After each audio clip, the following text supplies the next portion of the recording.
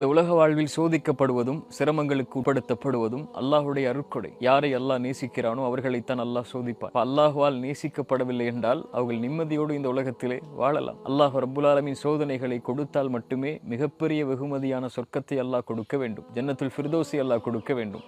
ஜன்னத்துல் ஃபிர்தௌஸை அல்லாஹ் கொடுக்க வேண்டும் என்றால் சோதனைகளையும் சிரமங்களையும் கஷ்டங்களையும் இன்னல்களையும் இந்த உலக வாழ்வில் அனுபவித்து அதன் மூலமாக அல்லாஹ் தேர்ந்தெடுத்தால் மட்டுமே ஜன்னத்துல் ஃபிர்தௌஸ் என்ற உயர்ந்த சொர்க்கத்தை அல்லாஹ் கொடுப்பான். குர்ஆன் சொல்லுகிறது, அல்லாஹ் முஃமின்களுடைய உயிரை, அவர்களுடைய செல்வத்தை சொர்க்கத்திற்கு பகரமாக அல்லாஹ் விலைக்கு வாங்கி கொண்டான் என்று.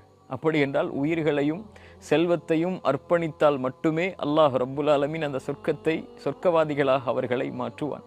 சோதனை வருகிறது, சிரமங்கள் வருகிறது, கஷ்டங்கள் வருகிறது, இன்னல்கள் வருகிறது என்றால் அல்லாஹ்விடத்திலே உறுதியை கேட்டு தைரியமாக அதை முன்னெடுத்து செல்லுங்கள்.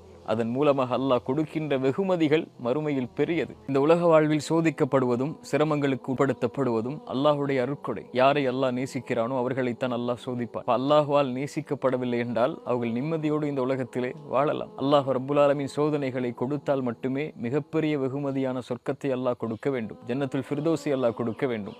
ஜன்னத்துல் ஃபிர்தௌஸை அல்லாஹ் கொடுக்க வேண்டும் என்றால் சோதனைகளையும் சிரமங்களையும் கஷ்டங்களையும் இன்னல்களையும் இந்த உலக வாழ்வில் அனுபவித்து அதன் மூலமாக அல்லாஹ் தேர்ந்தெடுத்தால் மட்டுமே ஜன்னத்துல் ஃபிர்தௌஸ் என்ற உயர்ந்த சொர்க்கத்தை அல்லாஹ் கொடுப்பான்.